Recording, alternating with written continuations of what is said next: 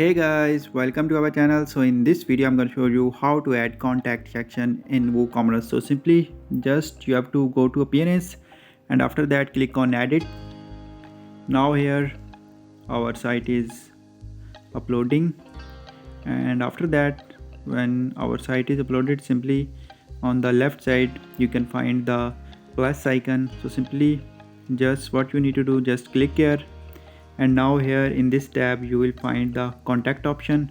So simply just you have to select the contact option here, and after that just you can select any contact section here and just simply drag and paste into website.